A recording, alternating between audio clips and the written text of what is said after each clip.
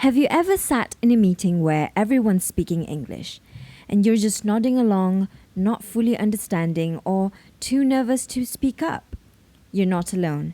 And today, we're going to talk about how to break that barrier and build real confidence at work. Hi everyone, we're the Shirfa sisters from Malaysia.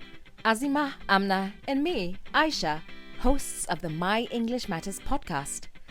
After spending 8 years in the UK as children, we know the importance of mastering a second language, so we created myenglishmatters.com as a platform to help second language learners learn to speak, write, and communicate in English with confidence through our online courses, classes, and workshops. To join our free course called Speaking with Confidence and get the latest updates about our programs, subscribe to our email list at myenglishmatters.com. And now, without further ado, let's get started. Hello and Assalamualaikum everyone. Welcome back to the My English Matters podcast. I'm Aida from My English Matters Customer Support and I'll be your host for this episode. In today's episode, we're talking about something many of you have asked us. How do you get better at communicating in English at work when everyone around you mostly speaks your native language? I'll walk you through some practical tips and share a real-life story that I find quite inspiring. So let's jump in.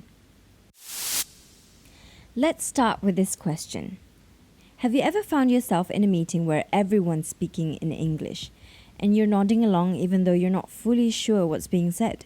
Or maybe you understand what's written in emails or slides, but when it's time to speak or join the discussion, you freeze. If that sounds like you, you're not alone. Communication at work is one of the biggest challenges many of us students face. It's not just about grammar or vocabulary. It's about being able to express yourself clearly, confidently, and in a way that people understand. When you can do that, even with simple English, you become more effective at work and you'll start to gain the trust and respect of your colleagues. Now, here's one small action that can make a huge difference. Find a colleague who speaks English well and speak to them every day. It doesn't have to be formal or awkward. It could be as simple as chatting over coffee, asking how their weekend was, or discussing work tasks in English instead of your shared native language. You could even say, "Hey, I'm trying to get better at English. Do you mind if we speak in English a bit more often?" Most people are more than happy to help, especially when they see that you're genuinely trying to learn. These short daily conversations might seem small, but over time, they build your confidence and fluency in a way that textbooks and courses alone can't. And if you ever get the chance to speak to a foreigner, maybe a tourist, a client, or a new team member, take it. Yes, it is scary. Yes, you might make mistakes. And yes, you might cringe at yourself. But hey, I say that everything you want is always on the other side of cringe. Speaking to someone who doesn't speak your language forces you to think in English, not translate word by word. It also helps you get used to different accents, styles of speaking, and ways of expressing ideas. And believe me, most foreigners are not judging you. In fact, they usually appreciate the effort, especially when you're helping them feel included. Speaking to people who are different from you, especially in English, pushes you out of your comfort zone. And that is exactly where growth happens.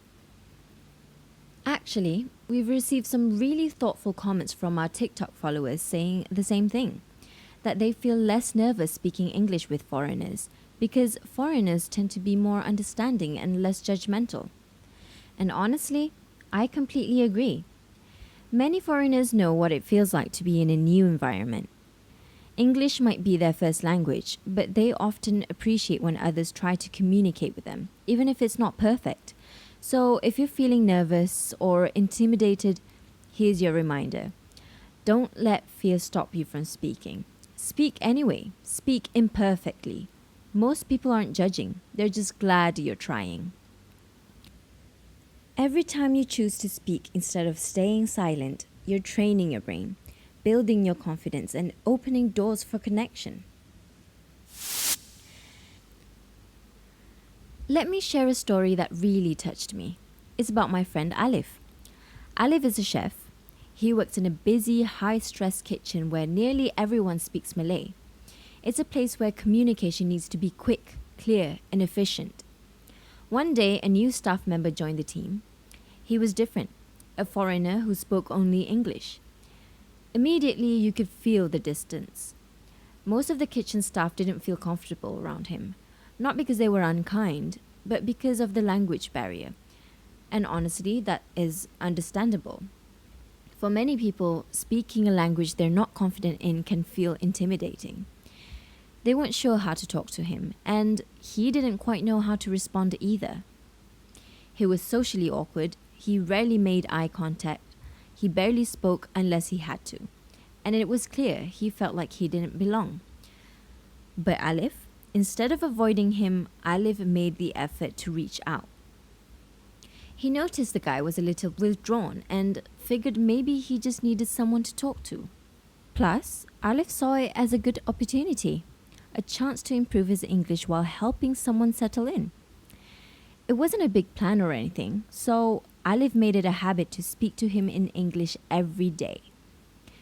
At first, it was just about work, giving instructions, clarifying tasks, but over time, they started having real conversations about life, food, their hobbies, and even philosophy, which they both loved. Alif also taught him some Malay words, and they laughed through the awkward moments. They made it a habit to talk every day, and slowly something amazing happened. Alif's English improved. A lot. He didn't even realize how much at first, but he had stopped translating in his head. Speaking English started to feel natural. His vocabulary improved, his confidence quietly built over time. I noticed it, especially when I thought back to how he was a year ago. The way he speaks now, it's more fluid, more assured. He doesn't second-guess himself like he used to. And the foreign colleague? He transformed too. That shy, quiet, awkward man who couldn't even make eye contact? A year later, he was confident, friendly, and fully integrated into the team. He could speak up, laugh with others, and even share his interests very openly in Malay too. One day, he told Alif something that meant a lot. You know, I don't think you realize it, but you've really helped me learn how to communicate more confidently while I've been working here. So, thank you, he said. It's such a beautiful reminder that when we make the effort to connect with others, even across language or cultural barriers, we grow together. Sometimes one simple conversation a day can change 2 lives. So let's wrap up today's episode with a few takeaways. First, improving your communication at work starts with daily practice, and you don't need to be perfect. Just aim to be clear and confident. Secondly, find someone you can speak English with every day, a colleague, a friend, someone you feel safe practicing with. And lastly, don't be afraid to speak to foreigners. Step out of your comfort zone. That's where you'll grow the most.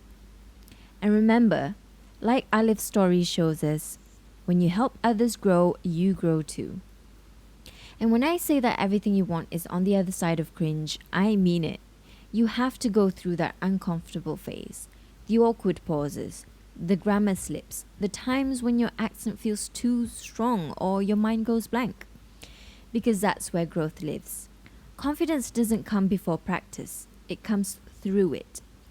So embrace the cringe, let it be messy, laugh at yourself, keep going.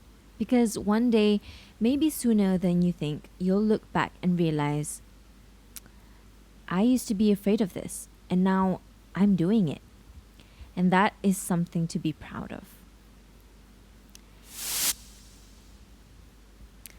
If today's episode inspired you, I would love it if you shared it with a friend or colleague who's also working on their English. And if you have your own story about how practicing English with someone changed your life, send it to us. We love hearing from you. Thank you for listening to the My English Matters podcast. Until next time, keep learning, keep practicing, and keep speaking.